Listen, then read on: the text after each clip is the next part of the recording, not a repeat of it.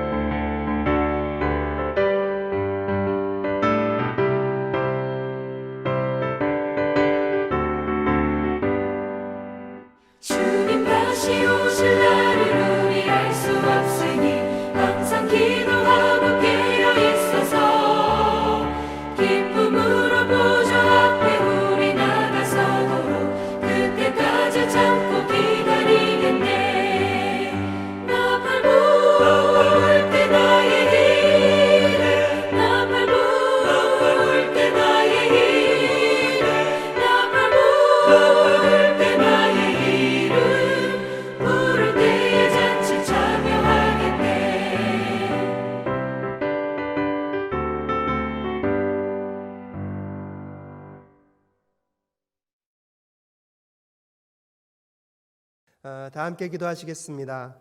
살아계신 여호와 하나님, 은혜를 감사합니다. 오늘도 이렇게 수요 목양 예배로 우리 사랑교회 성도님들과 말씀을 나눌 수 있게 하시며 주님 감사합니다. 말씀 한 절 한 절 함께 읽어가며 하나님의 뜻과 또 출애굽 이야기를 통하여서 하나님이 전달하기를 원하시는 그 말씀의 내용들을 함께 새겨가는 시간이 될 수 있도록 인도하여 주시옵소서.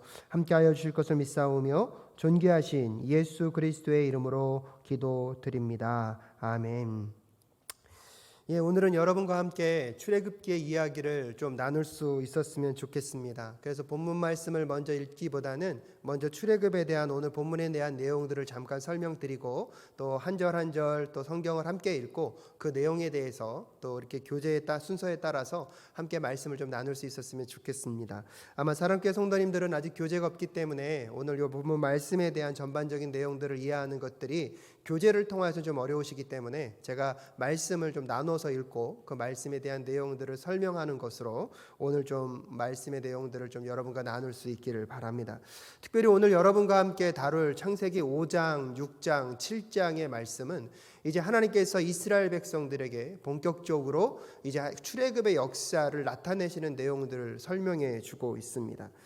출애굽기 5장부터 시작하여서 애굽 전역에 장자재앙이 내려지는 출애굽기 12장의 사건, 그래서 이제 이스라엘 백성들이 본격적으로 출애굽기 14장에서는 출애굽이 감행이 됩니다.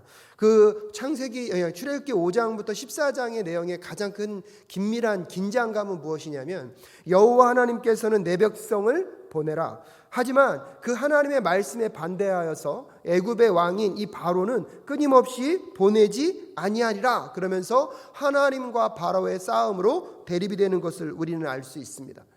출애굽기 7장 16절 말씀에 보면 그에게 이르기를 히브리 사람의 하나님 여호와께서 나를 왕에게 보내어 이르되 내 백성을 보내라. 그들이 광야에서 나를 섬길 것이라 하였으나 이제까지 내가 듣지 아니하도다라는 이 내용이 계속해서 반복이 됩니다. 출애굽기 8장에서도 그렇고 출애굽기 9장에서도 그렇고 이 내용들이 계속 대립이 됩니다. 하나님은 나의 백성들을 보내라. 하지만 바로의 왕은 그 말에 따르지 않습니다. 그래서 끊임없이 여러분 출애굽기 5장부터 시작하여서 출애굽기 14장의 내용에서 보면 나의 백성들을 보내라 그 말씀에 순종하지 않고 거부하고 있는 애굽 왕과의 대립이 극명하게 보여지고 있습니다. 그래서 특별히 이 출애굽 사건을 통하여서 이 전쟁은 여호와 하나님께서 직접 인간의 전쟁 가운데 개입하셔서 자기 백성들을 위하여 싸우시고 자기 백성들에게 승리를 주실 뿐만 아니라 자기 백성들을 승리시켜 가시는 곧 여호와 하나님의 전쟁임을 우리는 인식하는 것이 매우 중요합니다.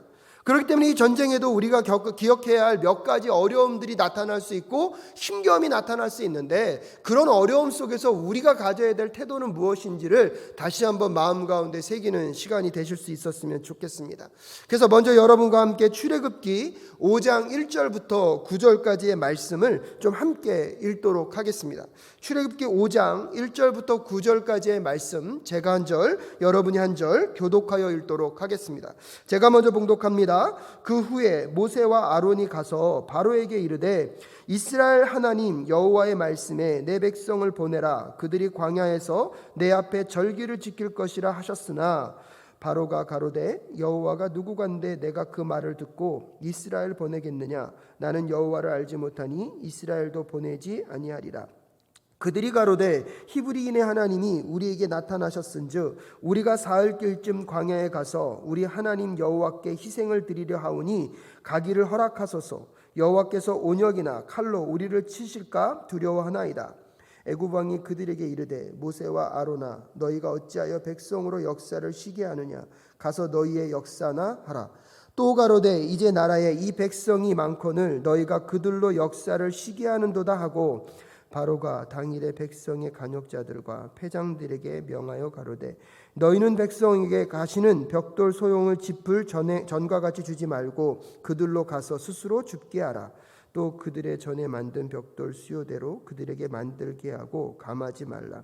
그들이 개 이름으로 소리질러 이르기를 우리가 가서 우리 하나님께 희생을 드리자 하나니. 다 함께 읽겠습니다. 그 사람들의 고역을 무겁게 함으로 수고롭게 하여 그들로 거짓말을 듣지 않게 하라. 아멘. 오늘 무슨 이야기입니까? 하나님께서 이제 본격적으로 모세를 통하여서 애굽의 왕에게 찾아가서 나의 백성 이스라엘을 보내라고 말씀을 하셨습니다. 역사학자들에 의하면 이 당시 활동했던 이 바로의 즉 애굽의 왕 바로는 아메노텝 2세라고 이야기를 합니다. 역사 기록에 따르면 20세 젊은 나이에 권좌에 올라서 26년 애굽을 다스리며 강력한 왕권을 행하였던 사람이 오늘 이 모세가 찾아가서 여호와 하나님의 말씀을 전했던 아멘호텝 2세라고 역사학자들은 이야기합니다. 오늘 모세의 말을 가만히 듣고 나서 지금 이 바로 즉 애굽의 왕의 반응은 무엇입니까? 오늘 본문 말씀 출애굽기 5장 2절에 보면 바로가 가로되 여호와가 누구간데 내가 그 말을 듣고 이스라엘을 보내겠느냐? 나는 여호와를 알지 못하니 이스라엘도 보내지 아니하리라 라고 이렇게 강력하게 이야기하고 있습니다. 사실 그 당시 이 애굽 사람들은요, 그 애굽의 왕 바로는 애굽의 신의 아들이라고 생각했습니다. 그래서 당시 그 애굽의 왕인 바로는요, 신격화되어 있는 존재였고요, 스스로가 신이라고 생각할 정도로 자기는 굉장히 지존자고 능력자라고 생각하고 있었습니다. 여러분, 그렇게 생각하고 있는 이 바로 앞에 찾아가서 모세가 뭐라고 얘기합니까? 내 백성 이스라엘을 보내라. 여호와 하나님께서 그들을 보내라고 말씀하신과 동시에 무엇을 얘기하고 있습니까? 3절에 보면 그들이 가로되 히브리인의 하나님이 우리에게 나타나셨은즉 우리가 사흘 길쯤 광야에 가서 우리 하나님 여호와께 희생을 드리려 하오니 우리를 가게 하여 달라고 모세가 이야기하고 있습니다. 여러분, 애굽의 왕 바로의 입장에서는 이 말이 얼마나 기분이 나빴겠습니까? 지금 이 애굽 땅을 다스리고 있는 이 왕으로서 내가 신인데 내가 아닌 다른 누군가를 섬기기 위해서, 더군다나 우리나라의 경제적인 많은 도움을 주고 있는 이 이스라엘 노예들을 풀어주어서 그들의 하나님께 예배하고 제사할 수 있도록 광야로 보내달라고 하는 이 모세의 말은요, 굉장히 이 바로의 마음을 상하게 했을 것입니다. 자존심을 상하게 했을 것입니다. 그래서 실질적으로 이 바로는 끊임없이 얘기합니다. 너희들이 말하는 여호와는 누구냐? 나는 그가 누구 있는지조차 모른다. 그 존재 자체를 부인하고 있는 이 바로와 여호와 하나님의 말씀이 지금 극명하게 대조되고 있습니다. 그렇기 때문에 실질적으로 여러분, 이 출애굽의 사건은요, 이스라엘 백성들이 애굽으로부터 그냥 건져내는 사건에만 집중된 것이 아니라 이 애굽 땅에 지금 왕으로, 더 나아가서 신으로 자리하고 있는 수없이 많은 신들을 누가 섬기고 있었습니까? 애굽 사람들뿐만 아니라 이스라엘 민족들도 그 신들을 섬기고 있었습니다. 그런 점에서 보면 이 출애굽의 사건은요, 억압받고 있고 고통받고 있는 환경으로부터 벗어나는 것뿐만 아니라 엄밀한 의미에서 보면 더 중요한 사건은 무엇이냐면 그들이 섬기고 있는 대상이 바뀌어야 되는 사건이라는 것입니다. 출애굽이라는 것 자체는 어려움과 힘겨움으로부터의 탈출의 의미를 갖고 있는 것 이상의 어떤 의미를 갖고 있냐면 우리가 섬기고 있는 신, 내가 지금 받들고 있는 신이 누구인지를 분명하게 하는 것이 이 출애굽 사건에 포함되어 있다는 사실을 꼭 기억하실 수 있기를 주님의 이름으로 축복합니다. 그래서 이 출애굽 사건을 통하여서 여러분, 이스라엘 백성들은 고통과 압제, 노예의 삶에서부터 해방됨과 동시에 그들이 섬기고 있었던 그런 신들과 거짓된 모든 것들을 벗어버리고 그들의 섬김의 대상은 오직 누구? 여호와 하나님 한 분만을 고백하며 나아가는 것이 이 출애굽 사건 가운데 포함되어 있는 모든 내용임을 깨닫는 이 시간 되실 수 있기를 바랍니다. 그런 점에서 보면 출애굽 사건은요, 힘겹고 어려운 삶으로부터의 탈출의 이야기가 아니라 내 삶의 통치자가 누구인가, 내 삶의 주권자가 누구인가를 결단하고 결정하는 순간임을 기억하셔야 합니다. 그런 점에서 출애굽 사건은 죄와 사망의 노예로 살아가고 있는 인류를 구원하기 위한 여러분 십자가를 통하여서 우리가 죄와 사망과 저주의 노릇, 그 종노릇하고 있는 삶에서 우리를 해방하여 주신 십자가의 사건을 여러분 출애굽기 사건을 통하여서 미리 예표하시고 보여주고 있다는 사실을 한번 연결시키셔서 한번 생각해 보실 수 있었으면 좋겠습니다. 그런 하나님의 구출의 역사, 하나님의 구원의 역사를 시작하기 위하여서 모세를 바로에게 보냈지만 바로의 저항도 만만치 않습니다. 오늘 출애굽기 5장 내용을 여러분과 함께 읽었지만 그 내용 다음 장면에서 무엇을 얘기합니까? 바로는요, 이렇게 엉뚱한 얘기를 하고 나를 섬기지 않고 다른 신을 섬기겠다고 하는 이스라엘들의 백성들의 그 근간에 무엇이 있다고 봤냐면 게으름에 있다고 봤습니다. 그래서 그들이 더 이상 딴 생각을 하지 못하도록 이제 이스라엘 백성들의 이 벽돌 굽는 일에 더 노역을 힘겹게 합니다. 그 제시 조건이 무엇입니까? 이제 그들에게 벽돌 소용하는 데 필요한 짚을 제공하지 말고 그 짚조차도 자기네들이 구에다가 벽돌의 수량은 줄지 않고 똑같은 양을 하도록 바로는 명령하고 있습니다. 하나님은 이스라엘 백성들을 정말로 구원해내길 원하셨고 진정한 그들의 신이 누구이며 그들이 섬겨야 할 대상이 누구신지를 바꾸기를 원하셨습니다. 그래서 진정한 통치자로 하나님이 함께하고 계심을 이스라엘 백성들에게 알려주길 원하셨고 그들을 그래서 애굽으로부터 건져내기를 원하셨습니다.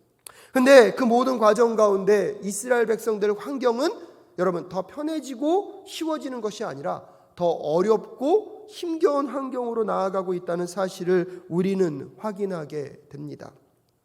사랑하는 사랑교회 성도 여러분, 오늘도 하나님께서는요 여러분 세상 가운데 어두운 사단의 영역 가운데 억압받고 고통받는 자들을 구출해내기를 원하십니다. 그래서 그들의 삶에 진정한 왕이 누구시고 그들의 삶에 진정한 섬김의 대상이 누구신지를 하나님은 깨닫게 하기를 원하십니다. 보이지 않는 곳에서 하나님이 그런 역사를 시작하심에도 불구하고 보이는 환경은 더 어렵고 힘겨워질 수 있다는 사실을 꼭 기억하실 수 있기를 주님의 이름으로 축복합니다. 하나님의 말씀을 따라 하나님의 명령을 따라 걸어가는 인생 속에 어려움과 힘겨움이 자리할 수 있습니다. 그럴 때마다 우리가 기억해야 될 것이 무엇입니까? 눈에 보이는 현상과 환경 가운데 우리의 생각과 마음을 빼앗기는 것이 아니라 여전히 하나님은 우리를 구출해내길 원하시고 우리를 구원하기 위하여서 지금도 싸우고 최선을 다하시는 하나님을 믿음으로 바라보며 나아갈 수 있는 저와 여러분 되실 수 있기를 주님의 이름으로 축복합니다. 모세와 아론이 그런 하나님의 마음의 뜻을 받아서 이제 본격적으로 여러분 애굽의 왕인 바로에게 찾아가서 하나님의 뜻을 전달했습니다. 하지만 여전히 하나님을 알지 못하고 인정하지 않는 그 바로로 인하여서 이스라엘 백성들의 어려움이 쉬워지는 게 아니라 여러분 눈에 보이는 환경은 더 어려운 환경으로 가고 있습니다. 그러므로 인하여서 이스라엘 백성들은요 본격적인 그들의 삶에 찾아온 어려움 때문에 무엇하고 있습니까? 소리를 지르고 있습니다. 그런 점에서 보면 이스라엘 백성들은요 이제 그 모세와 아론이 하나님의 말씀을 따라서 행하고 있는 그 삶을 보려고 하지 않고요 그들에게 겪고 경험되어진 어려운 환경을 통하여서 누구를 원망합니까? 모세와 아론을 원망합니다. 그들의 고역이 더 힘들어지고 이스라엘 백성들의 어떠한 그 삶의 어려움들이 더 힘겨워짐으로 인하여서 이스라엘 백성들은요 끊임없이 더 탄성의 소리가 더 커지고 있습니다. 그래서 오늘 모세는요 출애굽기 5장 22절에 보면 하나님께 나아갑니다. 5장 22절에 모세가 여호와께 돌아와서 고하되 주여 어찌하여 이 백성으로 학대를 당케 하셨나이까? 어찌하여 나를 보내셨나이까? 23절에 내가 바로에게 와서 주의 이름으로 말함으로부터 그가 이 백성을 더 학대하며 주께서도 주의 백성을 구원치 아니하시나이다 라고 하나님을 향하여서 모세의 상한 심령을 토해놓고 있습니다. 하나님의 계획은 시작되었지만 눈에 보이는 현실은 더 어려움으로 가고 있습니다. 그럼에도 불구하고 우리는 기억해야 합니다. 하나님이 하신 그 일들은요 눈에 보이는 것만으로 판단될 수 없습니다. 보이지 않는 곳에서 여전히 우리를 위하여 싸우시는 그 여호와 하나님을 믿음으로 바라보며 나아갈 수 있는 저와 여러분 되실 수 있기를 주님의 이름으로 축복합니다. 모세가 하나님께 나와 그렇게 간절히 간구하니까 여러분 출애굽기 6장에서 하나님이 모세에게 이렇게 말씀하십니다. 출애굽기 6장 1절 말씀입니다. 여호와께서 모세에게 이르시되 이제 내가 바로에게 하는 일을 내가 보리라. 강한 손을 더함으로 바로가 그들을 보내리라. 강한 손을 더함으로 바로가 그들을 그 땅에서 쫓아내리라 라고 얘기하고 있습니다. 하나님의 대답이 무엇입니까? 여호와께서 모세에게 말씀하십니다. 바로에게 하는 일을 내가 보게 될 것이다. 모세야, 아직 나의 전쟁은 끝나지 않았다. 이 일을 내가 지금 끊임없이 이루어갈 것이다. 그러면서 6장 1절에 하나님이 강한 손을 2번이나 반복하십니다. 내가 강한 손으로 여러분 하나님의 능력을 나타내실 거라고 하나님은 2번 반복해서 말씀하고 계십니다. 여기서 이 강한 손의 의미는 무엇입니까? 하나님의 초자연적인 능력의 손을 하나님이 사용하시겠다는 것입니다. 그것을 통하여서 하나님은 하나님의 역사를 나타내시겠다고 분명히 말씀하고 계십니다. 그러면서 여러분 6장 2절부터 9절까지 하나님은 다시 모세를 통하여서 이스라엘 백성들에게 당신이 어떤 분이신지를 이렇게 설명하고 있습니다. 출애굽기 6장 2절부터 9절까지의 말씀 여러분과 함께 다시 한번 읽을 수 있었으면 좋겠습니다. 이번에는 다 같이 한 목소리로 출애굽기 6장 2절부터 9절까지의 말씀을 함께 읽도록 하겠습니다. 함께 읽겠습니다. 시작.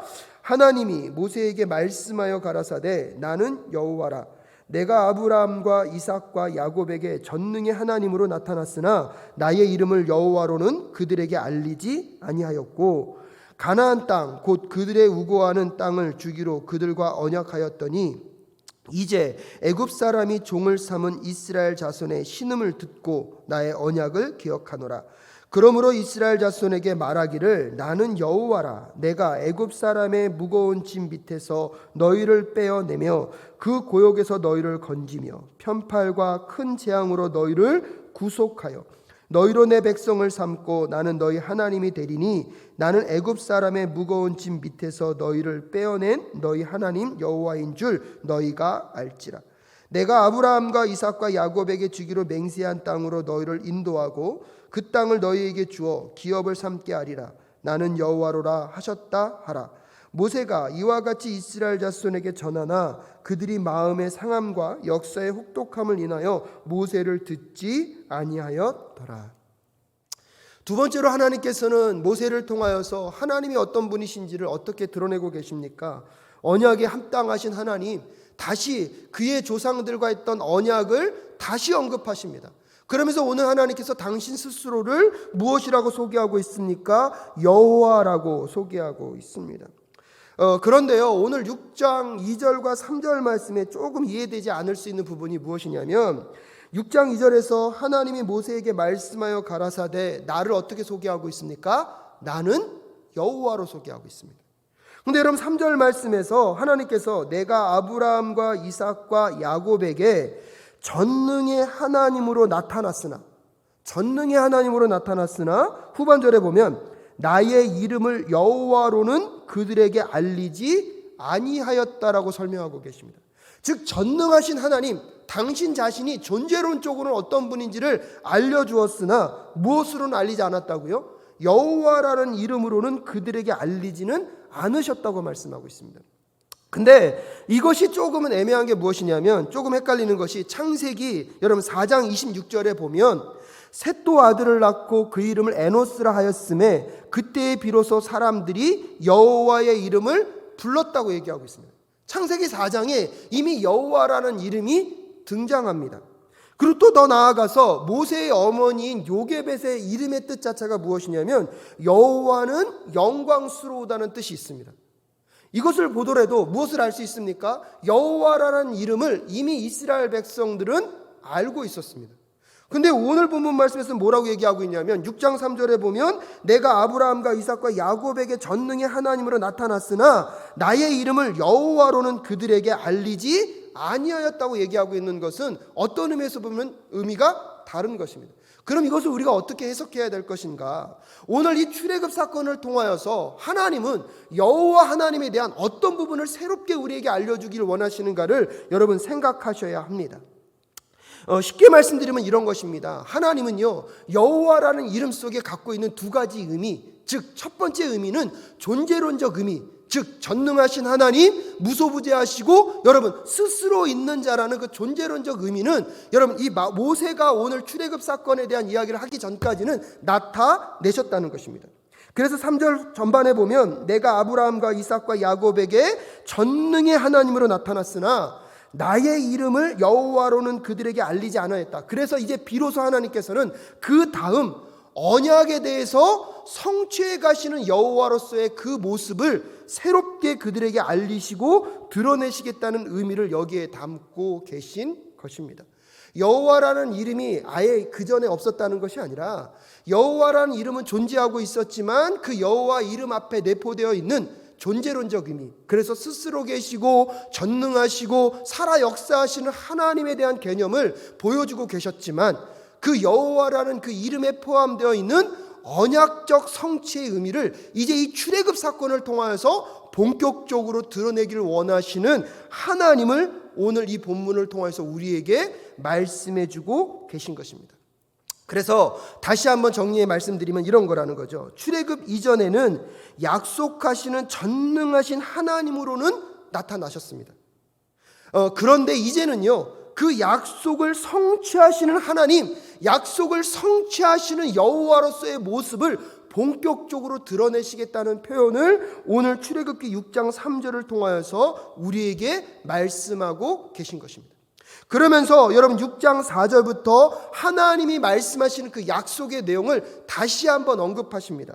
그래서 6절에서 뭐라고 얘기하십니까? 그러므로 이스라엘 자손에게 말하기를 나는 여호와라. 여기서 이 여호와라는 개념은 이전까지는 전능하신 존재론적인 의미를 뛰어넘어서 이제 나는 너희들과 언약을 맺었고 그 언약을 성취하는 여호와, 그 언약을 이루어내는 여호와로서 내가 다시 너희들에게 내 자신을 드러내시겠다는 것을 오늘 우리에게 말씀해 주고 계신 것입니다.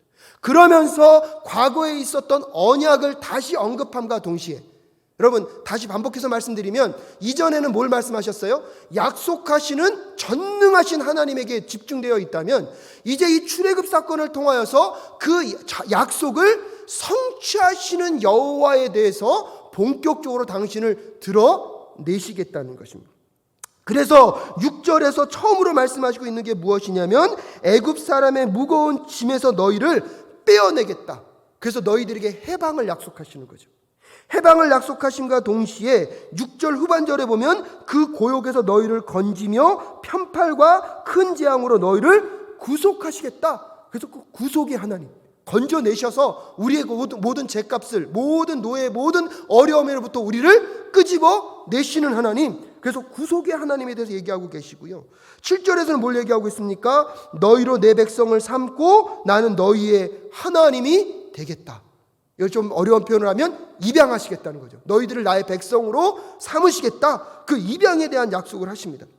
그러고 나서 8절에 내가 아브라함과 이삭과 야곱에게 주기로 맹세한 땅으로 너희를 인도하고 그 땅을 너희에게 주어 기업을 삼겠다. 그래서 하나님이 이미 아브라함과 하신 그 약속을 다시 언급하시면서 너희들의 기업을 삼아주겠다. 너희들이 나의 기업이 될 것이라고 말씀하고 계시면서 네 가지 사건을 다시 뭐하고 계십니까? 약속하고 계시죠. 첫 번째 무엇이었습니까? 해방, 애굽의 속박으로 너희들을 건져내겠고, 두 번째 구속, 너희들을 내가 구속하겠다. 값을 치르고 나의 백성 된 것으로 너희들을 건져내시겠다. 세 번째 무엇이었습니까? 입양, 나의 백성을 삼겠다. 네 번째는 무엇이었습니까? 너희들의 조상과 약속했던 그 땅으로 궁극적으로 너희들을 인도하여 내어서 너희들에게 그 땅을 기업으로 허락해 주겠다는 것을 다시 한번 말씀하시면서 오늘 이 출애굽 광야, 이 출애굽 사건을 통하여서 하나님이 당신이 여호와이심을 드러내길 원하셨는데 그 여호와의 무엇을 강조하고 계신 것입니까? 존재론적인 의미, 즉 스스로 있는 자, 나는 전능한 하나님, 역사하는 하나님, 능력의 하나님이시한 것들은 이미 이전부터 계속 말씀해 오셨고 보여줘 오셨지만 이제 이 출애굽 사건을 통하여서 나 여호와는 어떤 하나님이심을 또 드러내시겠다는 것입니까? 언약적의 의미에서 내가 약속했을 뿐만 아니라 이제 그 약속을 성취하는 여호와로서 이스라엘 백성들에게 나를 드러내시겠다는 것을 모세를 통해서 다시 약속하고 계십니다. 하나님께서 여러분 출애굽기 5장을 통하여서 이제 나의 백성을 보내라. 근데 그 백성을 보내지 않겠다는 바로와의 대립.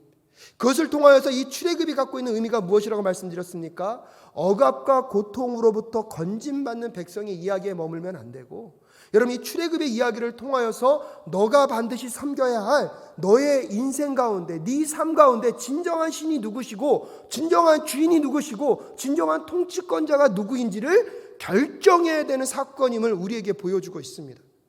그럼에도 불구하고 오늘 바로는 끊임없이 하나님을 무시하고 하나님을 인정하지 않음으로 인하여서 하나님은 하나님의 백성을 건져내고 보내라고 얘기했는데 바로는 오히려 어떻게 합니까? 더 환경을 힘들게 만들어 버립니다. 힘들게 만들므로 이스라엘 백성들이 하나님의 말씀에 집중하기보다는 뭐에 집중하게 만듭니까? 환경에 집중하게 만들므로 불평하고 불만을 하게 만듭니다.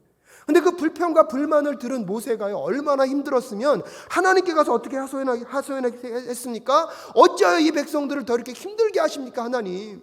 어떻게 이렇게 이 백성들을 어렵게 하십니까? 하나님이라고 말하면서 왜 이들을 구출해내지 않으십니까? 왜 구원해주지 않으십니까? 라고 하나님을 향하여 하소연을 하니까 여러분 출애굽기 6장에서는 이제 하나님이 다시 여호와, 나는 여호와 하나님이다, 그러면서 그 전까지는 존재론적인 의미에서 힘과 능력과 스스로 있는 하나님에 대한 것들을 내가 너희들에게 보여줬지만 이제 내가 너희들에게 다시 이 언약적 의미를 설명하면서 여호와가 갖고 있는 언약적 기능, 그 언약한 그 약속의 내용을 성취하는 여호와로 내가 너희들과 함께하겠다. 그러시면서 하나님이 네 가지를 약속하셨는데 첫 번째가 무엇이었습니까? 해방. 두 번째가 무엇이었습니까? 구속. 세 번째가 무엇이었습니까? 입양. 그리고 네 번째가 여러분 기업을 주시겠다는 것을 약속하셨습니다. 그러면서 그들에게 끊임없이 하나님이 어떤 여호와이신지를 보여주고 있지만 여러분 지금까지 현실은 무엇입니까? 여러분 6장 9절 말씀에 이렇게 표현하고 있습니다. 모세가 이와 같이 이스라엘 자손에게 전하나. 그 하나님이 어떤 분이신지를 다시 전하고 있잖아요. 여호와 하나님이 어떤 분이신지를 존재론적 의미와 언약적 의미에서 이제 하나님이 우리에게 그 약속을 성취하시는 하나님으로 우리에게 역사하실 거라고 말하고 있음에도 불구하고 그들이 마음의 상함과 역사의 혹독함을 인하여 모세를 듣지 아니하였더라라고 얘기하고 있습니다. 사랑하는 성도 여러분, 오늘 우리들의 삶 가운데 이런 모습은 있지 않습니까? 여전히 하나님은 우리에게 어떤 하나님이십니까? 사랑하는 성도 여러분, 환경을 바라보며 하나님을 판단하는 것이 아니라 상황과 환경과 상관없이 하나님의 말씀이 우리와 함께하고 있다는 것이 소망임을 깨닫는 저와 여러분 되실 수 있기를 주님의 이름으로 축복합니다. 하나님이 해방을 약속하셨고 구속을 약속하셨고 우리에게 여러분 하나님의 입양, 나의 백성됨을 약속하셨고 우리에게 그 기업을 주겠다고 말씀하셨던 그 약속이 살아있으면 현실은 힘들고 어렵더라도 여러분 우리의 삶은요 현실에 묶인 삶이 아니라 말씀에 묶인, 말씀을 따라가는 삶을 살아가야 할 줄로 믿습니다. 근데 이 출애굽의 사건을 통하여서 하나님은 그렇게 말씀하심에도 불구하고 여전히 이스라엘 백성들은 무엇에 묶여 있습니까? 상황과 환경 가운데 묶여 있습니다. 이때부터 하나님께서 다시 한번 모세를 통하여서 이제 당신이 어떤 분이신지를 또 드러내시는 작업을 우리에게 보여주고 있습니다. 그래서 여러분 출애굽기 7장으로 넘어가면 이제 하나님께서 모세를 통하여서 바로 앞에 가서 하나님의 능력을 나타내기 시작하십니다. 사실 여러분과 오늘 함께 읽을 본문은 출애굽기 7장 14절부터 25절까지의 말씀입니다. 출애굽기 7장 14절부터 25절까지의 말씀은 이제 하나님이 첫 번째 재앙을 내리신 사건을 묘사하고 있는데요. 그 전에 출애굽기 7장에 보면 바로 앞으로 모세와 아론이 찾아갑니다. 그래서 이 아론의 지팡이를 던져서 그 아론의 지팡이가 뱀이 되게 하죠. 그런데 참 놀라운 것은 이 바로의 술객들도 그 지팡이를 던져서 뱀을 만듭니다. 여러분 아론의 지팡이는 하나님의 말씀과 권능으로 된 뱀이고요. 그 바로의 술객들이 만든 것들은 거짓과 여러분 술수에 의해서 생긴 뱀들입니다. 그런데 현상적으로 보면 똑같이 뱀을 만들었다는 것이죠. 여기서 우리가 깨달아야 할 한 가지 영적인 지혜가 무엇입니까? 여러분 우리는 기적과 능력에 너무 집중하면 안 됩니다. 기적과 능력은요 하나님도 나타내시지만 거짓 영들도 나타낼 수 있습니다. 그렇기 때문에 우리가 우리의 삶 가운데 집중해야 될 것은 능력과 기적이 아니라 하나님이고 하나님이 하시는 말씀에 있어야 된다는 사실을 다시 한번 마음 가운데 새기는 저와 여러분 되실 수 있기를 주님의 이름으로 축복합니다. 그럼에도 불구하고 오늘 7장 12절 말씀에 보면 놀라운 교훈이 있는데요. 7장 12절 출애굽기 7장 12절에 각 사람이 지팡이를 던짐에 뱀이 되었으나 아론의 지팡이가 그들의 지팡이를 삼키니라. 결국 무엇을 얘기하고 있습니까? 하나님의 말씀의 능력으로 만들어진 그 뱀이 이 술수와 악한 영들과 하나님을 대적하는 이 거짓 그 술객들에서 만들어진 그 뱀들을 잡아먹었다는 것입니다. 오늘 이것이 우리에게 주는 교훈은 무엇입니까? 여러분 그것을 통하여서 오늘 우리에게 무슨 교훈을 주고 있습니까? 여러분 아론의 지팡이는 하나님의 권능의 능력으로 된 뱀이고요. 술객들의 술법으로 된 그 지팡이가 뱀이 된 것은 거짓에 의한 것입니다. 즉 결국엔 종국에는요 하나님의 능력이, 하나님의 말씀이, 하나님의 권능이 모든 악한 세력들을 제압하게 된다는 것을 오늘 이 7장 12절에서 우리에게 미리 이야기해 주고 있습니다. 그러면서 여러분 오늘 본문 말씀 출애굽기 7장 14절부터 25절 말씀을 통하여서 이제 하나님이 본격적으로 내가 여호와 하나님께서 출애굽하는 능력의 하나님, 그래서 바로와의 그 대적 가운데 어떻게 승리해 가실 것인지를 이제 능력으로 보여주고 있는 장면을 얘기해 주고 있습니다. 여러분 출애굽기 7장 14절부터 25절까지의 말씀, 좀 긴 말씀이지만 우리 한 목소리로 읽도록 하겠습니다. 함께 읽겠습니다. 시작. 여호와께서 모세에게 이르시되 바로의 마음이 완강하여 백성 보내기를 거절하는도다. 아침에 너로 바로에게로 가라. 그가 물러 나오리니 너는 하숫가에 서서 그를 맞으며 그 뱀 되었던 지팡이를 손에 잡고 그에게 이르기를 히브리 사람의 하나님 여호와께서 나를 왕에게 보내어 이르시되 내 백성을 보내라. 그들이 광야에서 나를 섬길 것이니라 하였으나 이제까지 내가 듣지 아니하도다. 여호와가 이같이 이르노니 내가 이로 인하여 나를 여호와인 줄 알리라 하셨느니라.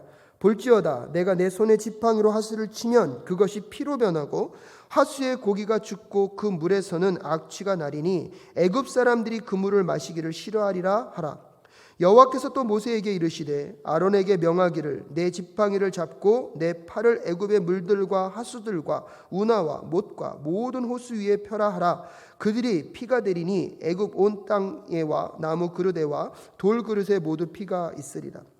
모세와 아론이 여호와의 명하신 대로 행하여 바로와 그 신하의 목전에서 지팡이를 들어 하수를 치니 그 물이 다 피로 변하고 하수의 고기가 죽고 그 물에서는 악취가 나니 애굽 사람들이 하수물을 마시지 못하며 애굽 온 땅에는 피가 있으나 애굽 술객들과 자기 술법으로 그와 같이 행함으로 바로의 마음이 강팍하여 그들을 듣지 아니하니 여호와의 말씀과 같더라. 바로가 돌이켜 궁으로 들어가고 그 일에도 관념하지 아니하였고 애굽 사람들은 하수물을 마실 수 없으므로 하숫가를 둘을 파서 마실 물을 구하였더라. 여호와께서 하수를 치신 후 7일이 지나리라. 여러분 오늘 출애굽 7장에서 이제 하나님이 첫 번째 재앙을 나일강에 내리십니다. 이 애굽은요 실질적으로 보면 이 강수량이 그렇게 넉넉한 지역은 아니었습니까?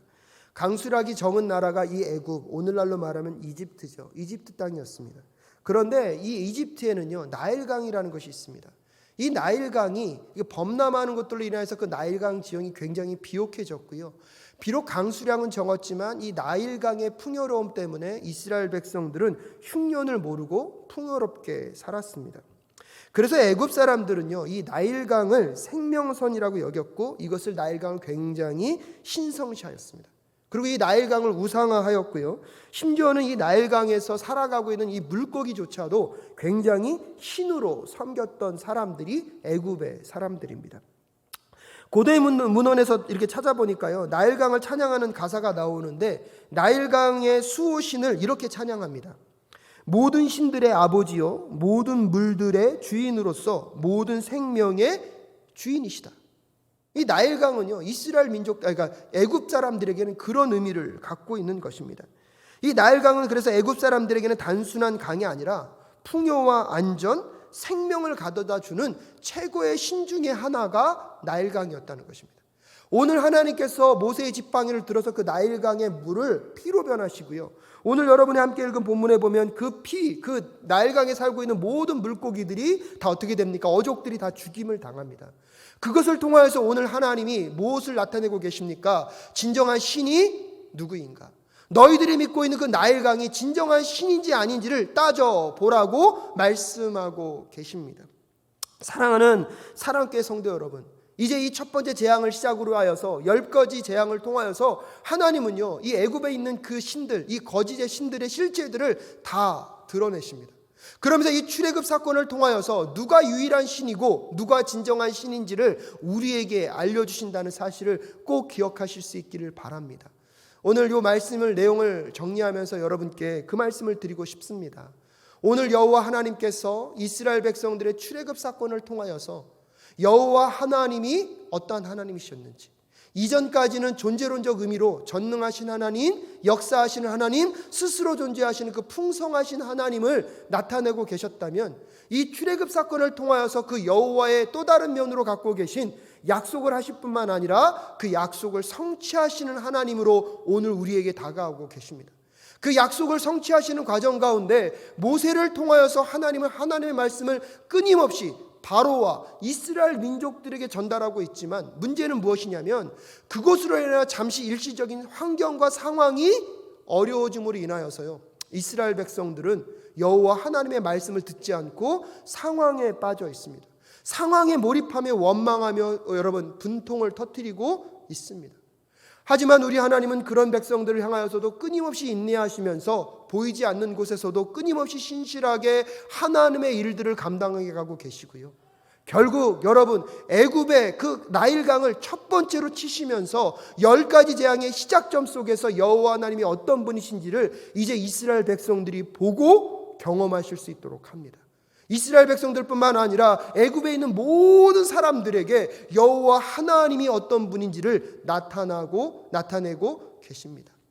그러기에 오늘 이 시간을 살아가는 우리들의 삶 속에서도 여호와 하나님이 어떤 하나님이신지 다시 한번 마음 가운데 새기며 나아가시는 저와 여러분 되실 수 있기를 주님의 이름으로 축복합니다.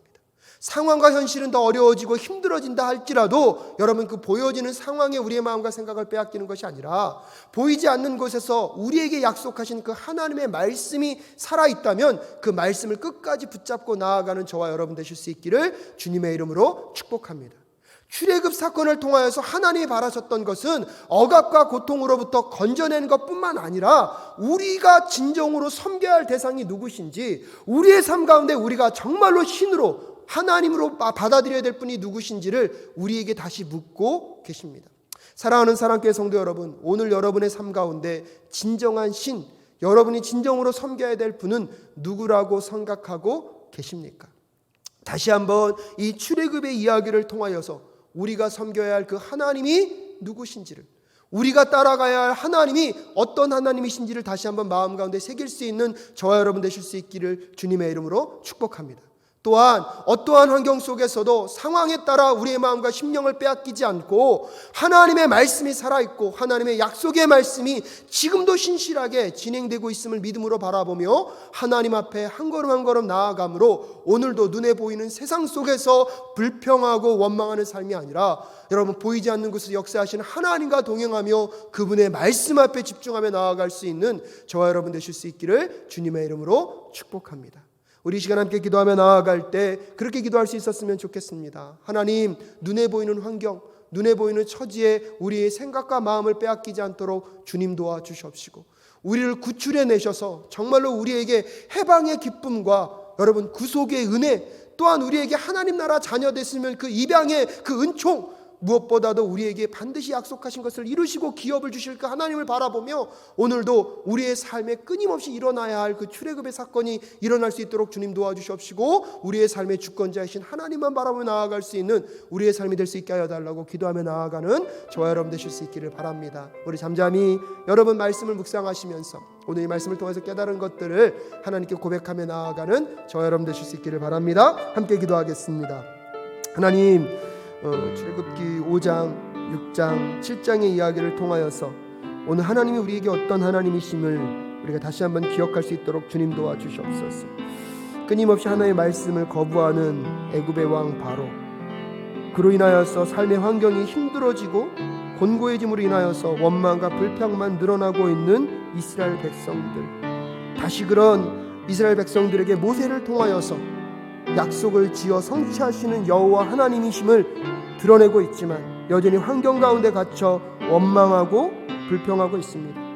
그럼에도 불구하고 이제 하나님의 권능과 능력으로 첫 번째 재앙인 이 나일강의 그 사건을 통하여서 그들은 나일강이 풍요와 안전과 최고의 신이라고 여기고 있었지만 그 모든 것도 하나님 앞에서 아무것도 아님을 드러내시는 주님을 바라보며 오늘도 우리가 그 여호와 하나님을 만나게 하시고 그 여호와 하나님만 바라보며 나아갈 수 있도록 주님 도와주시옵소서. 함께하여 주시옵소서. 하나님 아버지, 간절히 간구하며 기도하며 나아갑니다. 이제 앞으로 진행되어질 이 출애굽의 이야기를 통하여서 여호와 하나님이 어떤 하나님인지 만나게 하여 주시옵시고 어떠한 환경 속에서도 우리가 마음 가운데 듣고 따라가야 할 그 말이 무엇인지, 또한 여호와 하나님이 어떤 분이신지 다시 한번 배우며 마음 가운데 새기며 나아갈 수 있는 이 수요 목양 예배가 될 수 있도록 주님 도와 주시옵소서. 우리 사랑하는 사랑교회 성도 여러분, 오늘도 그 말씀을 다시 한번 예배 후에 묵상하고 읽어보면서 출애굽기 5장과 6장과 7장을 통하여서 하나님이 이스라엘 백성들에게 무엇을 전달하길 원하셨는지를 또 만나고 경험하는 이 시간이 될 수 있도록 주님 도와주시옵시고, 무엇보다도 존재론적으로 능력과 권능과 스스로 계신 그 여호와 하나님뿐만 아니라 이제 약속하시는 전능의 하나님을 넘어서서 그 약속을 지어 성취하시는, 이루어 가시는 그 여호와를 이스라엘 백성들에게 알리길 원하시는 그 하나님을 만날 수 있는 귀한 이 시간 될 수 있도록 인도하여 주시옵소서.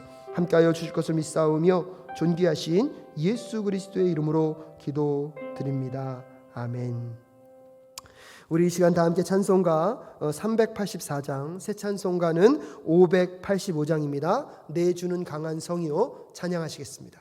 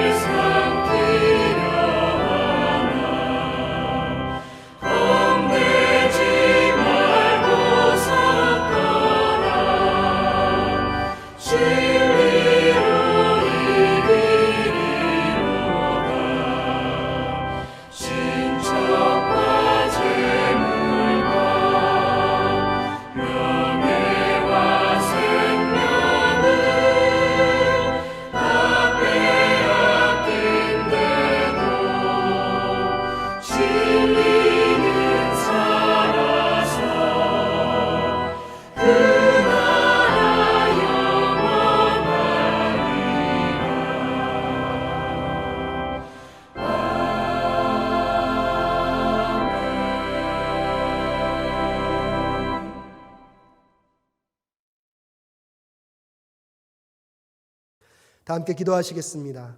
하나님 아버지, 은혜를 감사합니다. 수요 목양 예배를 통하여서, 출애굽 이야기를 통하여서 우리가 만나야 될 하나님, 우리가 배워가야 할 하나님을 경험해 갈 수 있도록 주님 도와 주시옵소서. 짧은 시간에 더 자세하게 설명할 수는 없었지만 하나님, 이 말씀을 읽고 오늘 이 짧은 말씀을 통하여서 또 예배 이후에 성도님들이 그 말씀을 다시 한번 대할 때에 하나님께서 전달하길 원하시는 그 메시지가 남을 수 있도록, 그 하나님을 경험하실 수 있도록 주님 도와 주시옵시고, 이스라엘 백성들에게 출애굽의 의미가 무엇인지를, 또 우리의 삶 속에서 우리가 출애굽해야 할 영역이 무엇인지를 고민하고 생각하며 만나고 경험할 수 있도록 주님 도와 주시옵소서. 아버지의 말씀을 잘 따라가는 삶, 아버지의 음성을 따라가는 그 삶의 순간에도 환경은 더 어려워지고 힘들어질 수 있습니다.